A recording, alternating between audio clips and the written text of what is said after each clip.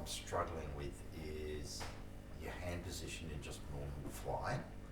I'm finding there's almost, I can't feel the difference between hands fully up and in a resting holding position like this. And that should be the difference between, trim speed and maximum sync. Minimum sync, sorry. And just what I should be doing when in that zone, I just keep getting a little bit lost there. So most modern gliders, there's almost an indiscernible difference between max glide and min sync. Certainly as soon as you've got a headwind, that. So there's an interesting one there in that is about 0.3 of a glide difference to having your hands behind your risers in terms of aerodynamics. But again, it's a case of what instrument do you wear when you're flying? I've got a Vario that I built. Okay, so a GPS with a speed? No. Okay, so that's probably where you need to go, because then you'll be able to see the difference between that and that. It might be 3 or 4 kilometres an hour difference with very, very indiscernible change in speed. Because I have periods when I struggle for lift, where I see others are getting lift a lot more easily than myself. And I'd love to blame the glider, but it's not her fault. It's mine. Yes. Yeah, well, and every glider. Well, that's the story of my life. I wouldn't worry about it. Every glider is going to be different. So some of them, it won't make any difference going from hands up to resting pressure.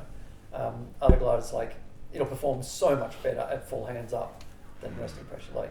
So often, I don't know, there's still a lot of teaching where it's resting pressure is best, and hands up is for trim when you want to go somewhere.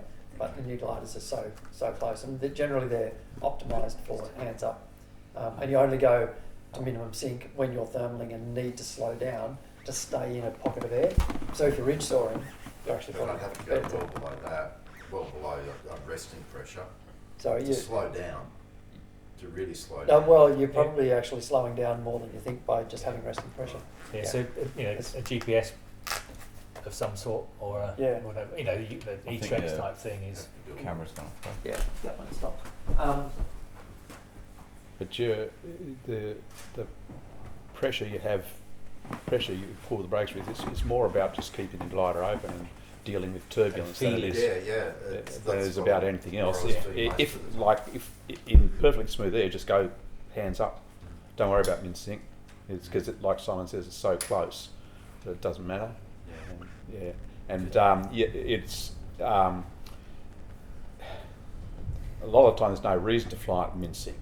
If you have your hands totally up, you'll be at best glide anyway, which will get you further in still air. Even ridge soaring, winter evening ridge soaring, where you're not in Bali and you're not in this very narrow lift band, but you've got hundreds of meters that way and hundreds of meters vertically to play with, then that's the time to sit there and go,